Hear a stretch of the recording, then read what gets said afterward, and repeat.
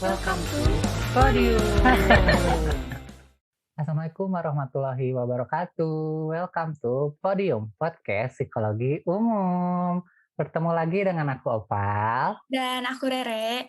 Halo Sobat Medcom semuanya, gimana nih sekarang kabarnya? Dan buat warga Kemah, mungkin kemarin kita udah melaksanakan ujian akhir semester di semester genap ini. Semoga nilainya maksimal ya Kang Opal ya, terbaik. Setelah Amin. melewati huru hara semester genap ini yang ya kalau diceritain lebih baik nggak usah ya kayaknya. Iya benar. Lebih baik nggak usah diceritain, benar Jadi banget. sekarang udah bisa berlibur dan sedikit refreshing, tapi diusahakan tetap stay at home biar kita bisa jaga kesehatan. Betul, untuk menjaga protokol kesehatan juga biar nggak makin naik ya tingkat Betul. positifnya ya. Dan tadi benar kata Rere, kita udah selesai menghadapi huru hara semester genap ini, alhamdulillah ya. Semoga semester depan bisa lebih baik daripada semester sebelumnya dan bisa lancar terus. Nah, kita juga semoga nanti bisa ketemu lagi ya Re ya, secara Amin, langsung di amin banget ya kampus Allah. dengan ya, kangen banget ya pengen ketemu sama orang-orang. Mhm. Dengan kondisi yang sudah tidak mengkhawatirkan karena pandemi COVID-19 ini ya. Amin, betul. Amin. Nah sekarang buat sahabat Medcom nggak mungkin ya kita kembali tanpa membawa apapun gitu, tanpa membawa sesuatu yang Betul, spesial. Karena di sini kita udah ditemani sama salah satu pejabat nih di Fakultas Psikologi ya Kang Opa ya. Nah, betul bisa penjabat, dilihat juga nampaknya beliau udah gak sabar buat menyapa sahabat Medcom.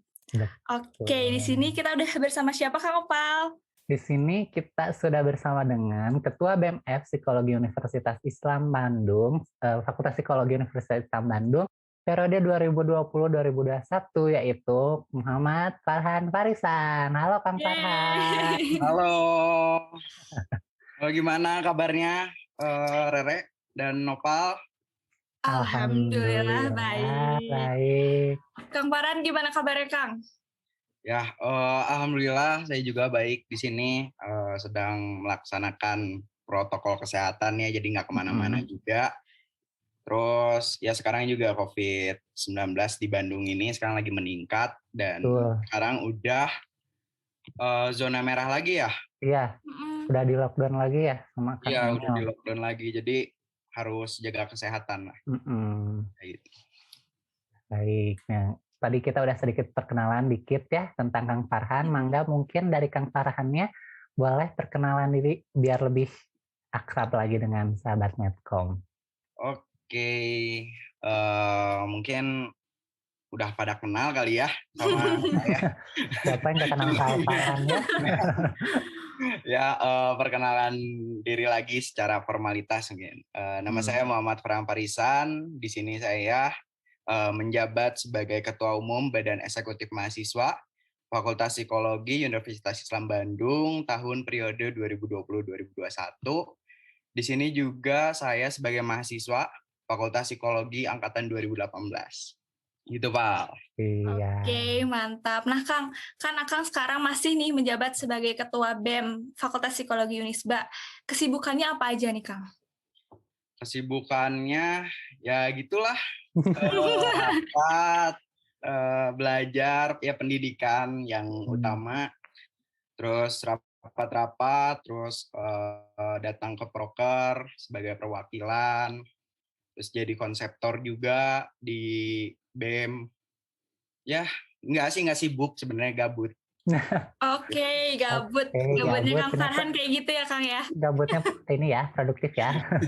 Banyak acaranya gitu ya. Jadi juga tadi kata Kang Far sebagai konseptor. Nah, for your information juga buat sahabat Medcom, podium ini merupakan salah satu ide yang dicetuskan oleh Kang Farhan sendiri. Betul. Nah, kita juga pengen tahu nih gitu, apa sih yang melatar belakangi Kang Farhan bikin podcast di periode ini? Ya, berarti ngomongin tentang latar belakang dari bikin podcast ini ya. Yang pertama ini sebenarnya buat inovasi juga nih, penggebrak supaya BEM periode saya ada ciri khasnya kayak gitu.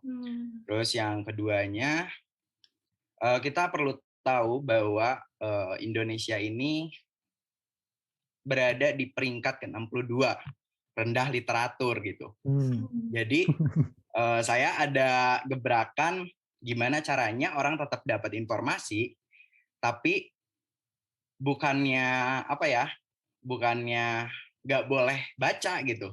Cuman gimana caranya biar lebih mudah aja informasi itu masuk ya. Berarti melalui audio visual. Supaya kalau misalnya audio visual ini, dia fleksibilitasnya lebih tinggi gitu. Jadi ketika kalian di dapur, terus kalian lagi belajar, terus kalian misalnya lagi nyuci piring apa gitu, itu masih bisa tetap ngedengerin podcast gitu. Jadi tetap dapat ilmunya. Terus yang ketiga mungkin alasannya itu mengikuti perkembangan zaman. Jadi sekarang kan udah era digital 4.0, di mana manusia dibantu oleh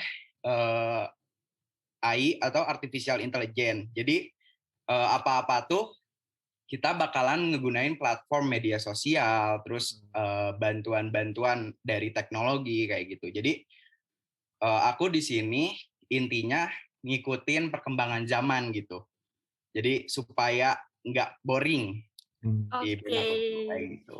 Jadi ada ciri khasnya juga ya Kang ya, wah periode ini mah ada yang baru nih, ngasih informasinya nggak cuma lewat Instagram dan sosial media yang sebelum-sebelumnya. Oke, buat sahabat Medcom, karena kita sekarang nih spesial banget ya udah kehadiran pencetus dari podium nih teman-teman. Tapi tentunya kehadiran Kang Farhan ini juga kita nggak akan cuma ngebahas apa sih alasan Kang Farhan untuk mengidekan adanya podium ini, tapi sesuai dengan judul dari episode 15 ini, kita akan ngebahas tentang pengalaman berorganisasi itu kira-kira penting nggak sih gitu, terutama di dunia perkuliahan gitu. Jadi di sini kita mau sharing sama Kang Farhan selaku organisator juga Ketua BEM Fakultas Psikologi Unisba periode 2020-2021 tentang pengalaman berorganisasinya. Iya, betul. Nah, seperti yang mungkin sahabat Medcom udah tahu, organisasi itu sendiri merupakan hal yang tidak asing ya bagi siswa maupun mahasiswa gitu ya. Terutama bagi mahasiswa karena melalui organisasi mahasiswa bisa memperoleh banyak hal positif yang tidak dapat diperoleh dari pelajaran kuliah gitu ya, karena mungkin akademik aja, tapi juga di organisasi itu non akademiknya gitu ya. Nah, kita bisa dapetin pelatihan soft skill, interpersonal skill, communication skill, dan hal dan lain-lain gitu ya. Nah, sebelum kita lanjut sharing-sharing lagi sama Kang Farhan, kita pengen tahu nih sebelumnya waktu Kang Farhan SMP atau SMA gitu ya, sebelumnya waktu jadi siswa pernah ikut organisasi apa aja nih Kang? Sebenarnya kalau misalnya ngomongin organisasi, aku jarang sih di organisasi-organisasi yang formal gitu.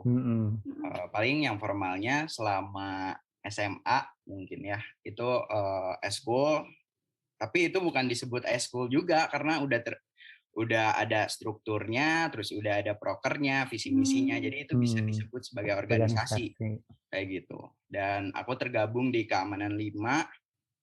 Terus semasa SMA juga aku ikutan klub mobil sama klub motor juga itu.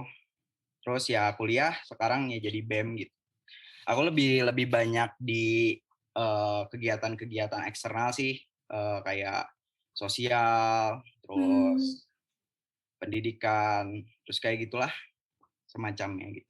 Oke, jadi mungkin Kang Farhan juga udah banyak pengalaman nih Kang ya, mungkin walaupun bukan dibilang organisasi yang pernah Kang Farhan ikutin, tapi udah hatam gimana kita berorganisasi, terus juga harus bertanggung jawab atas tugas kita gitu. Nah, menurut Kang Farhan sendiri gitu, apa sih bedanya organisasi di masa sekolah sama di masa perkuliahan?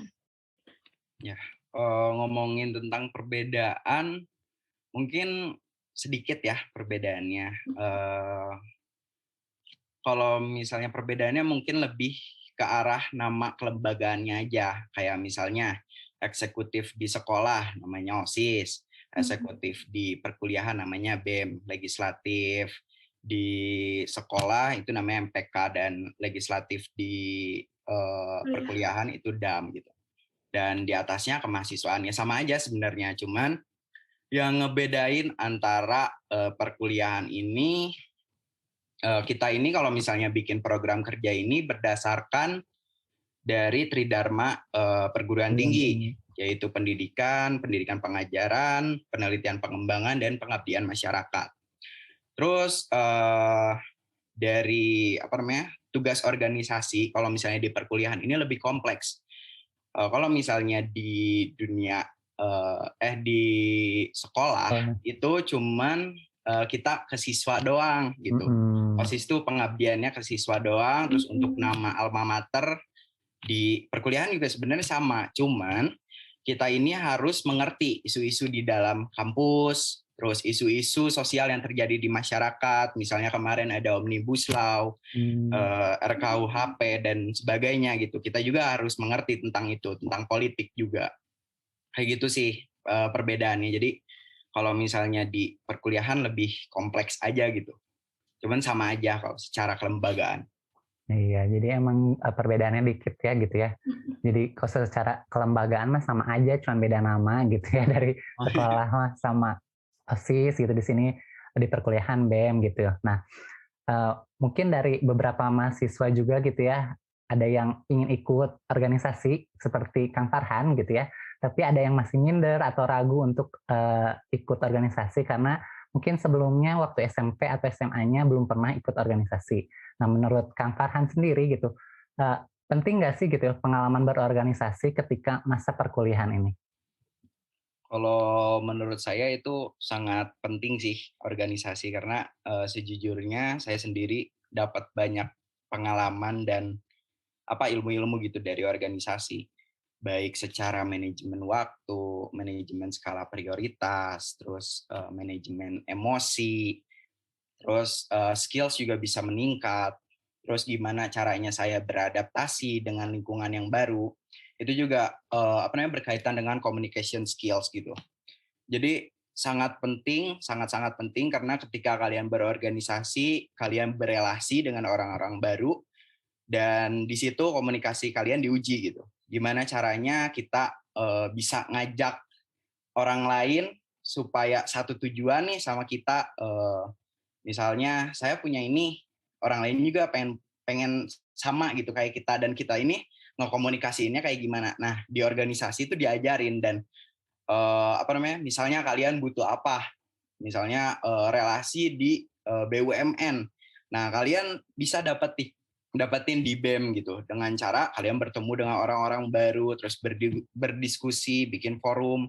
Itu juga kan bisa ningkatin ini kalian. Terus terkait dengan manajemen waktu, itu sangat-sangat di nomor satu lah di organisasi, karena ketika kalian rapat misalnya, terus tiba-tiba kalian berbarengan dengan tugas, itu kan bisa jadi stresor tersendiri gitu.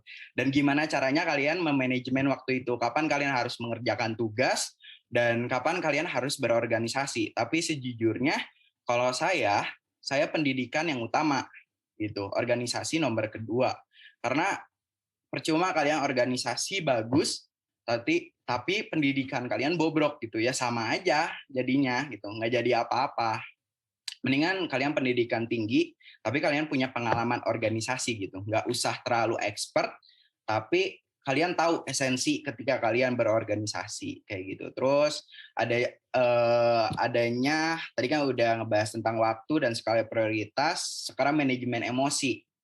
Ketika kalian dihadapkan suatu pekerjaan dan kalian tertekan, terus kalian harus sebisa mungkin senyum gitu ke orang, mau gimana pun ya saya harus profesional, saya nggak bisa ngebawa perasaan saya ke organisasi, karena ketika saya letih, ketika saya emosi menggebu-gebu gitu, itu bakalan berpengaruh ke kelompok organisasi saya. Makanya ya udah saya pendem aja, saya telan aja bulat-bulat gitu, supaya orang nggak tahu. Tapi kalau misalnya orang nanya, ya baru cerita gitu. Nah, di organisasi juga adanya manajemen emosi. Jadi kapan kalian harus ngeluapin, kapan kalian cukup ditelan aja. Terus meningkatkan skills, jelas itu meningkatkan skills di communication skills, public speaking, itu juga kan sangat dipakai gitu. Bagaimana kalian supaya bisa persuasif gitu, dan orang bisa mengikuti perkataan kalian, itu Ya dengan communication skills gitu, supaya kalian bisa meningkatkan ke level public speaking. Kalian bisa ngomong di depan banyak orang dan kalian nggak ngerasa gugup. Saya pun pertama kali pasti gugup gitu, cuman lambat laun karena sering dan berlatih gitu bisa. Terus yang terakhir, beradaptasi di lingkungan yang baru. Di level yang paling rendahnya aja, misalnya kelompok belajar, kan kalian pasti pertama kali nih milih-milih orang, misalnya aku pengen sama orang ini karena bareng-bareng terus sama aku gitu. Nah, kalian di situ beradaptasi dengan orang-orang yang baru. Kalian nggak tahu sifat-sifat orang itu seperti apa. Itu di level yang paling kecil gitu. Dan di level yang paling tinggi, kalian harus beradaptasi dengan orang yang baru dan jabatan yang tinggi juga. Gimana caranya kalian harus memantaskan diri kalian ketika berhadapan dengan yang jabatannya tinggi. Meskipun saya di sini sebagai mahasiswa gitu sama, cuman secara jabatan kita berbeda dan kalian harus mengerti kapan kalian harus sebagai organisator dan kapan kalian harus sebagai mahasiswa. Saya kalau misalnya di kelas kalian cukup nyapa sebagai mahasiswa, tapi kalau misalnya ketika rapat, terus ketika forum, ketika diskusi yang mengenai organisasi saya, maka saya sebagai ketua BEM gitu. Kalau misalnya di tongkrongan, saya sebagai teman, sebagai sahabat kalian. Tapi kalau misalnya di organisasi, saya sebagai ketua BEM gitu. Jadi harus nyiapin banyak muka. Itu juga perlu gitu. Bukannya saya fake people, tapi kita butuh ketika berhadapan dengan dosen, kita harus pakai muka yang mana nih? Muka yang sopan, terus harus rendah diri. Ketika berhadapan misalnya dengan lawan debat, kita harus menjadi seseorang yang pintar, kritis, terus seseorang yang melibatkan fakta. Itu juga perlu gitu. Kayak gitu sih, Pal. Jadi sangat-sangat penting gitu. Iya. Oke, jadi buat sahabat Medcom bisa didengar ya bahwa pengalaman berorganisasi di perkuliahan juga itu bisa dibilang sangat penting karena banyak manfaatnya ya Kang Opal yang udah dibilang sama Kang Farhan tadi. Nah, kan Kang Farhan ini juga bisa dibilang sebagai seorang organisator nih Kang. Mungkin bisa diceritain atau sedikit sharing perjalanan Akang selama mengikuti organisasi. Mungkin ada suka dukanya, atau mungkin kesulitan dan benefit dari pengalaman Kang Farhan sendiri. Oke, mungkin ngomongin tentang perjalanan, wah panjang banget gitu. Dari pertama sekolah itu saya dididik di Eskul Keamanan, itu juga ngajarin saya buat disiplin, terus menjadi seorang pemimpin harus kayak gimana, dan itu kepake banget sih ketika perkuliahan. Bahkan kayak aku ketemu orang baru gitu, baru ngobrol aja langsung akrab gitu. Itu juga kepake banget. Terus selama masa perkuliahan, secara organisasi aku baru BEM doang, cuman kepanitiaan cukup banyak. Cuman yang aku anehin terkait dengan budaya psikologi, kalau misalnya kalian udah ada di publikasi dokumentasi, biasanya sampai lulus itu pubdoc. Nah, yang aku aneh sama jalan cerita aku. Jadi, pertama kali aku jadi dekor di inaugurasi. Terus tiba-tiba pindah ke Akom. Terus dari Akom tiba-tiba jadi medik. Terus dari medik aku juga pernah di eksternal itu jadi humas, terus jadi acara. Cuman aku sangat bersyukur karena aku bisa pindah-pindah divisi gitu. Aku jadi bisa tahu ini job desk-nya apa, terus ini tanggung jawabnya apa, dan ini targetnya apa. Di setiap divisi ini berbeda-beda gitu. Nah, setelah dari situ aku mikir emang secara tidak langsung berat karena aku sendiri harus beradaptasi dengan lingkungan yang baru. Misalnya aku terbiasa misalnya di dekorasi, tapi harus dituntut sebagai akom, terus dituntut sebagai medik yang notabene harus belajar dulu gitu obat-obatan, dan di situ jadinya nambah gitu ilmu-ilmu. Oh, ternyata obatnya ini, terus jadi tahu juga gimana caranya nge-treat orang yang lagi sakit, itu juga kepake banget. Terus udah kayak gitu, udah nih sebagai anggota divisi, terus naik sebagai ketuplak. Jadi ketuplak Saiporia. Nah, di situ dituntut gimana caranya memimpin, terus manajemen emosi dan segalanya gitu. Nah, dari situ terus aku nyalonin jadi ketua BEM gitu. Kalau misalnya ngomong suka dukanya, sukanya senang karena bertemu dengan orang-orang yang baru, terus jadi tahu gimana nge-treat orang yang lagi emosi, terus lagi pengen sendiri, terus jadi tahu juga. Terus kalau misalnya dukanya, capek tepuh karena terlalu aktif. Terkadang pendidikan juga keteteran, tapi segimana bisa saya harus manajemen waktu saya harus diatur lagi gitu. Meskipun saya sibuk di luar, eksternal, internal, tapi pendidikan harus nomor 1 kayak gitu. Wow, the real explorer ya. Sudah merasakan asam garamnya organisasi di psikologi ya, semua divisinya sudah pernah dicoba gitu ya Kang Farhan ini gitu. Nah, tadi juga awal mula memimpin itu karena tadi Saiforia gitu ya Kang. Nah, sekarang gitu menjadi ketua BMF sendiri gimana nih Kang? Boleh mungkin cerita pengalamannya sebagai ketua BMF psikologi periode 2020-2021. Apanya nih, suka dukanya lagi? Boleh, iya. Boleh semuanya aja Kang di-sharing. Ceritain aja. Ya, jadi ketua BEM ya. Sejujurnya lebih banyak sedihnya sebenarnya kalau daripada senangnya, karena menjadi seorang ketua itu pertama role model di psikologi, terus orang pertama yang dilihat di psikologi. Kalau misalnya secara pendidikan saya kurang, nah saya pasti dikritik karena saya yang utama. Itu berarti tuntutan secara pendidikan. Terus tuntutan secara waktu gitu. Ngebagi waktu antara keluarga, misalnya pacar, terus teman, sahabat, nongkrong, itu juga cukup sulit. Bahkan kalau misalnya ngomong gitu ya tentang dukanya, sehari ini bisa aja saya tidur cuman 2-3 jam gitu, karena harus memikirkan besoknya mau ngapain, terus apa aja yang harus disiapin, terus ketika ada rapat pimpinan apa yang harus diperdebatkan, terus harus ngebaca isu-isu sosial, berita-berita juga itu sangat penting.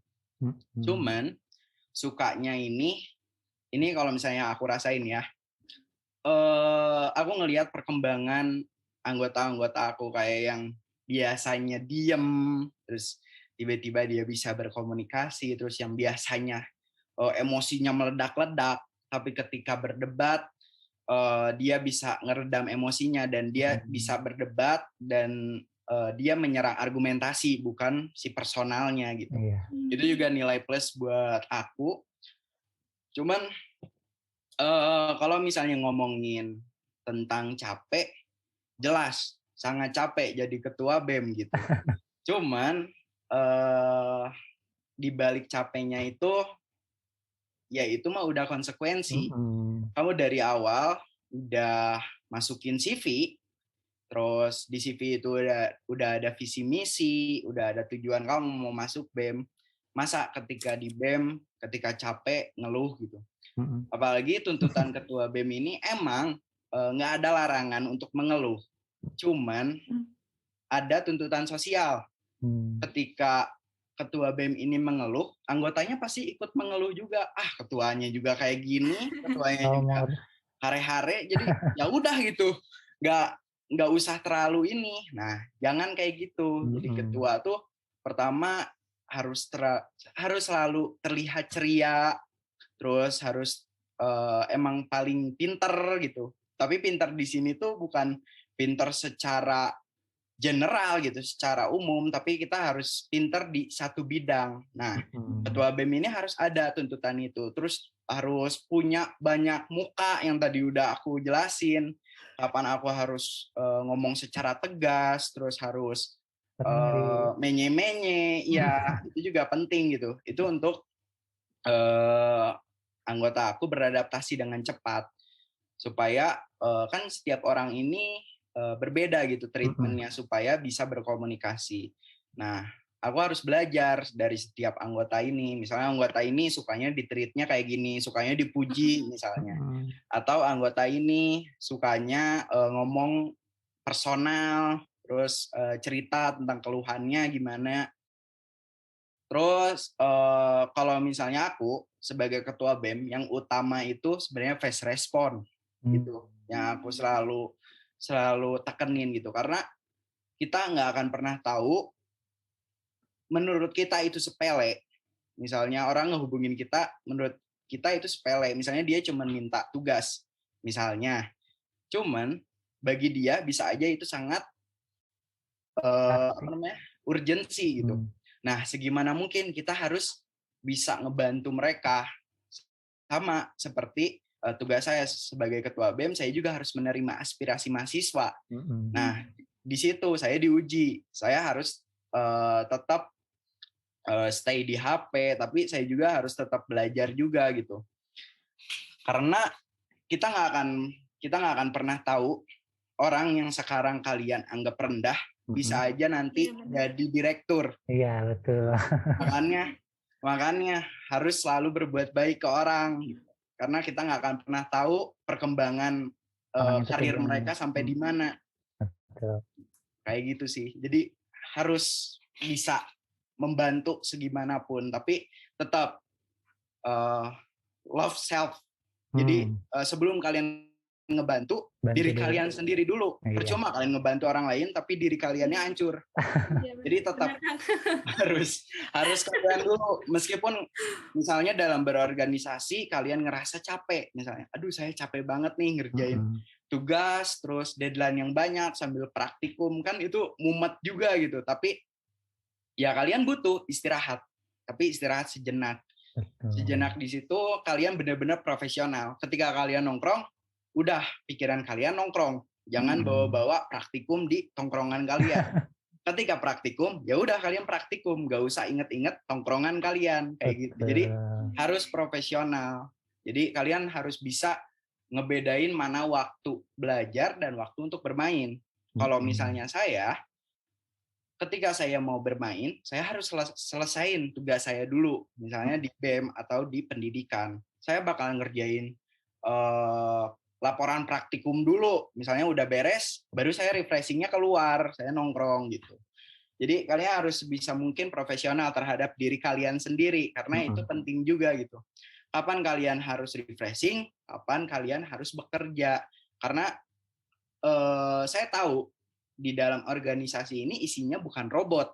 Kalian juga punya perasaan, kalian juga punya fisik, kalian juga punya psikis gitu. Dan saya juga tahu bahwa setiap orang ini kadar capeknya tuh beda-beda. Makanya harus istirahat dulu. Terus ketika istirahat kalian puasin, tapi jangan terlalu lama. Langsung kerjain lagi gitu. Udah dikerjain, beres, ya kalian boleh mau ngapain lagi gitu. Yang penting si kerjaan kalian beres. Gak apa-apa kalian ngeluh, ngegerutu gitu. Males banget sih, ini gak beres-beres gitu kan. Gak beres-beres. Tapi kalian tetap ngerjain. Karena itu ada tuntutan sosial juga bahwa kewajiban kalian adalah mengerjakan tugas. Tapi ya kalian gak bisa ngilangin rasa capek kalian kayak gitu. Itu sih kalau misalnya suka duka jadi ketua BEM. Oke. Jadi sebenarnya kita harus bisa menempatkan diri lagi ya Kang gitu, maksudnya di satu sisi kita harus seperti apa, di satu sisi yang lain kita harus seperti apa gitu, maksudnya jangan membawa-bawa yang dari satu kondisi ke kondisi yang lain kayak gitu. Ya itu intinya.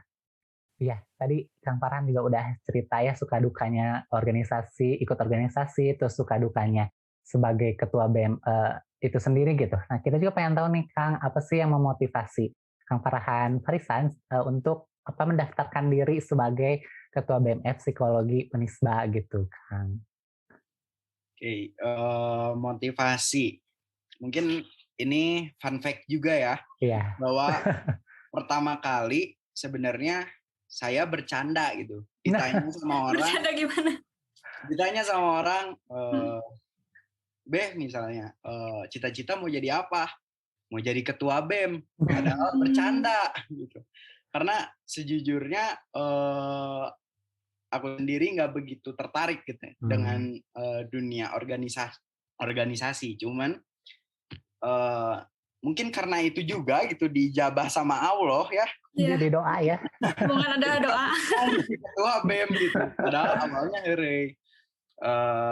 Cuman pas dibuka pembukaan ya, calon pembukaan ketua BEM, aku mikir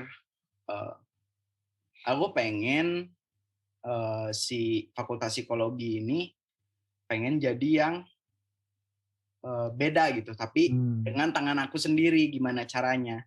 Nah, dari situ kepikiran, karena aku lihat sejujurnya gitu ya, mahasiswa psikologi ini sebenarnya orang-orangnya kreatif loh, cuman karena tuntutan sosial terus batasan-batasan sosial, jadi si kreatif mereka kerasa dikotak-kotakin gitu.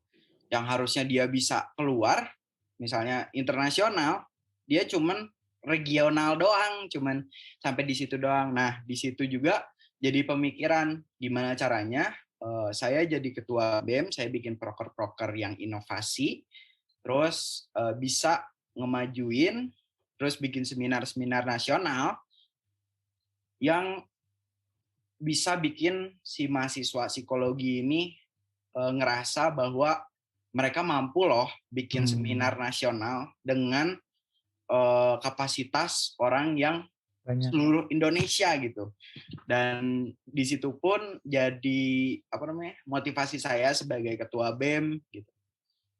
Dan aku lihat teman, ya maksudnya di angkatan 2018 sendiri sebenarnya minim seorang pemimpin gitu. Padahal mereka semua sebenarnya berani jadi pemimpin, cuman karena takut jadi nggak nyalonin. Dan aku sendiri sebenarnya kalau misalnya takut ada gitu di awal-awal gitu. Manusiawi ya. Deg-degan. Aduh gimana ya jadi ketua BEM pas corona gitu. Yang seharusnya bisa jadi orator, jadi cuman sekedar motivator gitu. Jadi cuman semangat. Kalian juga pasti bosen lah denger yang kayak gitu. Nah, di situ juga jadi ketakutan saya pas itu, tapi ya udah, yang namanya pilihan pasti ada konsekuensi. Aku mikirnya kayak gitu. Jadi apa yang aku ambil hari ini itu bakalan jadi celakanya besok. Tapi bodo amat gitu. Kalau misalnya ngomongin besok, ya kita nggak akan pernah tahu besok kita bakalan gimana kalau misalnya kita nggak nyoba. Makanya aku coba dulu aja, udah nyoba, oh ternyata nggak sesuai yang aku pikirin loh ketika udah masuk ke jurangnya tuh gitu. Nah, masuk ke jurang. Ternyata kan di jurangnya misalnya ada air, kita nggak tahu gitu. Nah, berarti kan selamat. Nah kayak gitu. Jadi yang namanya pilihan tuh pasti ada konsekuensi, dan kalau misalnya orang yang paling rugi itu orang yang nggak mencoba. Benar. Karena dia nggak akan pernah tahu di depannya ada apa. Betul. Jadi kalau misalnya kalian nyoba dulu, terus kalian gagal, setidaknya kalian punya evaluasi dan kalian bisa coba lagi. Iya. Gitu. Oke. Jadi motivasi utamanya teh pingin fakultas psikologi itu jadi lebih baik, tapi versi Kang Farhan gitu ya, gimana caranya? Iya. memfasilitasi teman-teman kita gitu untuk terus kreatif. Nah, mungkin juga sahabat Medcom yang lagi dengerin podcast ini sekarang yang belum pernah ikut organisasi atau mungkin udah pernah ikut organisasi jadi termotivasi nih sama yang udah Kang Farhan kasih tahu ke kita. Mungkin dari Kang Farhan ada nggak tips dan trik untuk jadi seorang organisator atau aktif di organisasi itu tips dan triknya gimana aja? Tips dan triknya. Intinya gini, bikin kesan yang baik di setiap lingkungan. Itu penting. Ketika kalian berteman, ketika kalian bersahabat, terus ketika kalian bertemu dengan dosen, itu juga bisa jadi trik untuk masuk ke sebuah organisasi. Karena ketika kalian membuat kesan yang baik, kalian bisa menjadi rekomendasi orang untuk masuk ke organisasinya gitu. Jadi sebenarnya intinya itu. Terus ya ini mungkin klise, tapi ini juga penting gitu. Kalian harus terus belajar ketika yang paling kecilnya ketika kalian nongkrong.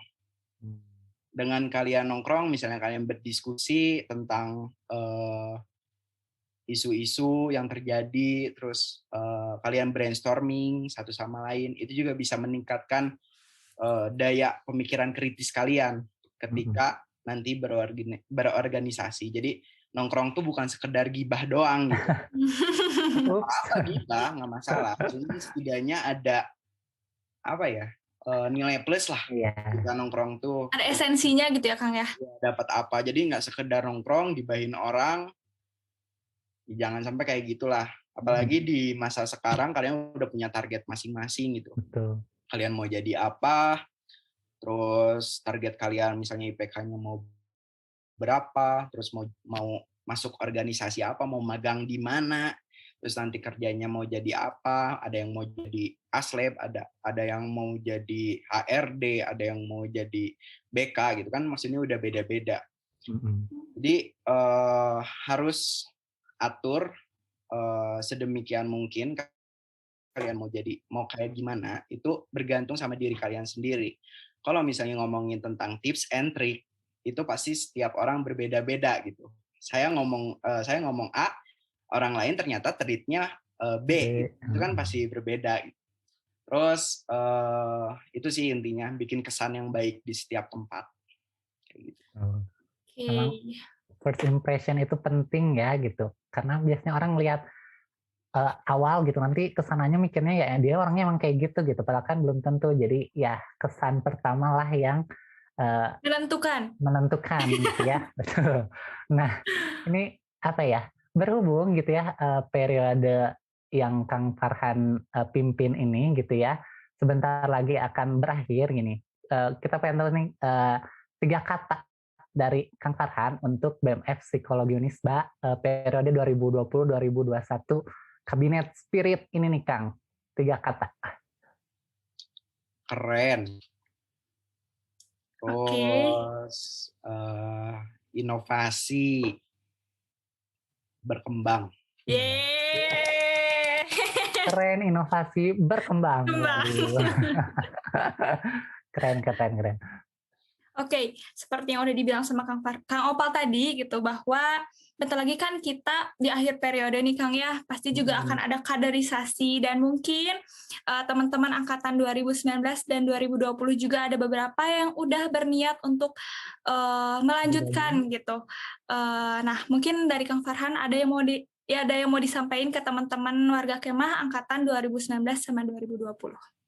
Ya, untuk 2019 dulu mungkin ya, kalian juga bakalan nerusin kaderisasi periode saya nanti di 2021-2022, dan seluruh pejabat tinggi di Fakultas Psikologi itu akan jadi di angkatan 2019.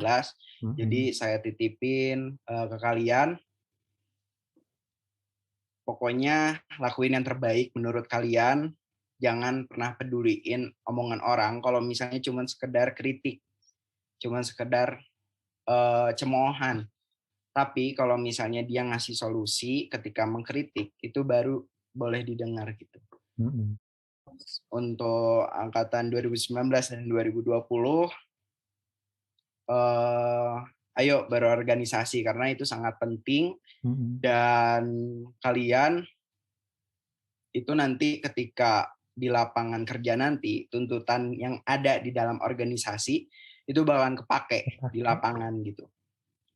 Paling kalau misalnya nggak sekarang, kapan lagi? Tadi kan saya udah ngasih tahu. Kalau misalnya nggak nyoba, kalian nggak tahu di dalam jurang ada apa. Karena kalian harus nyoba dulu. Kalau misalnya kalian gagal, ya setidaknya ada evaluasi. Saya kurangnya di mana? Misalnya komunikasinya. Nah, kalian sambil belajar. Ketika kalian ditolak, kalian jangan patah semangat. Gitu. Kalian harus tetap belajar. Oh, saya komunikasinya kurang. Oh, soft skill yang dibutuhin organisasinya misalnya kurang cocok. Jadi sebenarnya antara misalnya orang yang mencalonkan dengan organisasi ketika ditolak itu bukan kaliannya yang kurang, tapi kalian bukan marketnya. Jadi organisasi misalnya ngebutuhin orang yang komunikasinya baik, tapi kalian misalnya soft skill misalnya di Photoshop-nya bagus, itu kan nggak ketemu, berarti market kalian bukan di situ. Jadi sebenarnya nggak ada orang yang kurang, cuman marketnya bukan di situ. Gitu.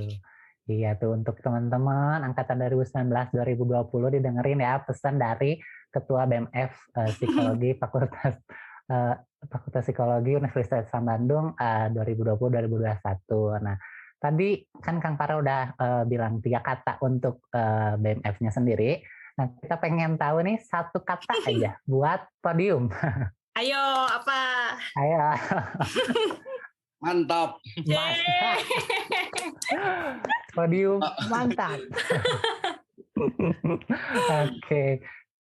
Ya, itu tadi 1 kata yang sangat motivasi kita juga ya, Rea. Ya, sangat mengapresiasi juga. Mengapresiasi juga bahwa podium ini mantap gitu ya, kayak acaranya yang itu ya adalah ya mantap gitu.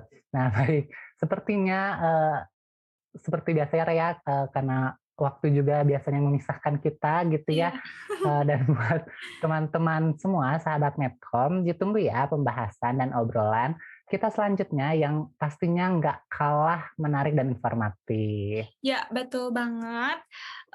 Terima kasih juga buat Kang Farhan yang udah menyempatkan waktunya buat sharing sama kita semua. Terima kasih juga ilmunya, pesannya, bekalnya, dan juga sudah mau berbagi cerita tentunya, dan tipsnya juga. Oke, buat sahabat Medcom, terima kasih. Udah terus mantengin kita, karena juga nggak kerasa ya sekarang podium udah episode 15. Gak kerasa ya, Rea. Iya. Udah hampir mau 1 tahun gak sih ya, pokoknya hampir setahun gitu ya kita menemani sahabat Medcom semua. Iya. Ya, jangan lupa juga buat sahabat Medcom untuk ikutin terus sosial media kita. Nanti bisa lihat di deskripsi ya akun-akun yang kita pegang gitu ya. Semoga gitu teman-teman diberikan kesehatan selalu di masa pandemi ini gitu ya, dilancarkan segala urusannya dan ya dipermudah lah gitu ya segala urusannya. Kalau gitu saya Opal pamit dan saya Rara juga pamit. Sampai jumpa di episode podium selanjutnya. Wassalamualaikum warahmatullahi wabarakatuh. Dadah.